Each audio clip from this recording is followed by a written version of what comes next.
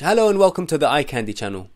In this episode I'm going to be comparing the G9 to the GH5 because this is the most fair comparison you can make. They are basically two identical cameras which are identical more in specs but not in looks, because the GH5 is a much heavier camera. It's much more designed for filmmakers, whereas the G9 is a lighter camera. It looks completely different to other cameras, but the great thing about it is that it basically has virtually all the features that the GH5 has. Additionally, it has a new 40 megapixel or 80 megapixel image by taking 4 pictures at 4 different locations in a split second. One big benefit that the G9 has over the GH5 is that it has 6.5 stops of stabilization, whereas the GH5 only has 5 stops of stabilization. That's 1.5 stops more on the G9.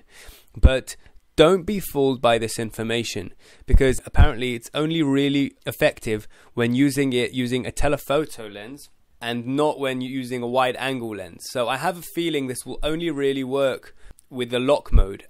So beware before getting excited about this extra stabilization. It might help photographers who use telephoto lenses. When you're coming to filmmaking with the G9, you have a few limitations. One of them is that you can't film at 10 bits. And another is that you won't be able to record for more than 30 minutes, as it's designed for photography and not for videography. If that's an issue for you and you need to be constantly recording, if you're a filmmaker and you know you're going to be recording classes or events, or you might be using this for some sort of like constant concert or something like that, you definitely don't want to go for the G9, because you'll be stuck at 30 minutes having to press record again, which is a major issue. So again, the G9 was designed for photographers, not for videographers. So another difference is that the GH5 has a 10-bit recording option, which is great for those who really need to get into color grading and who need those extra details, whereas the G9 doesn't have that. But apart from those two differences, I can definitely summarize and say that the G9 and the GH5 are virtually identical cameras.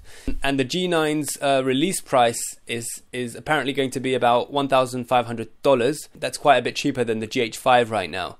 But if those two things are important to you, which are the 30-minute recording limit on the G9 and the 10-bit recording, then you might have to go for the GH5.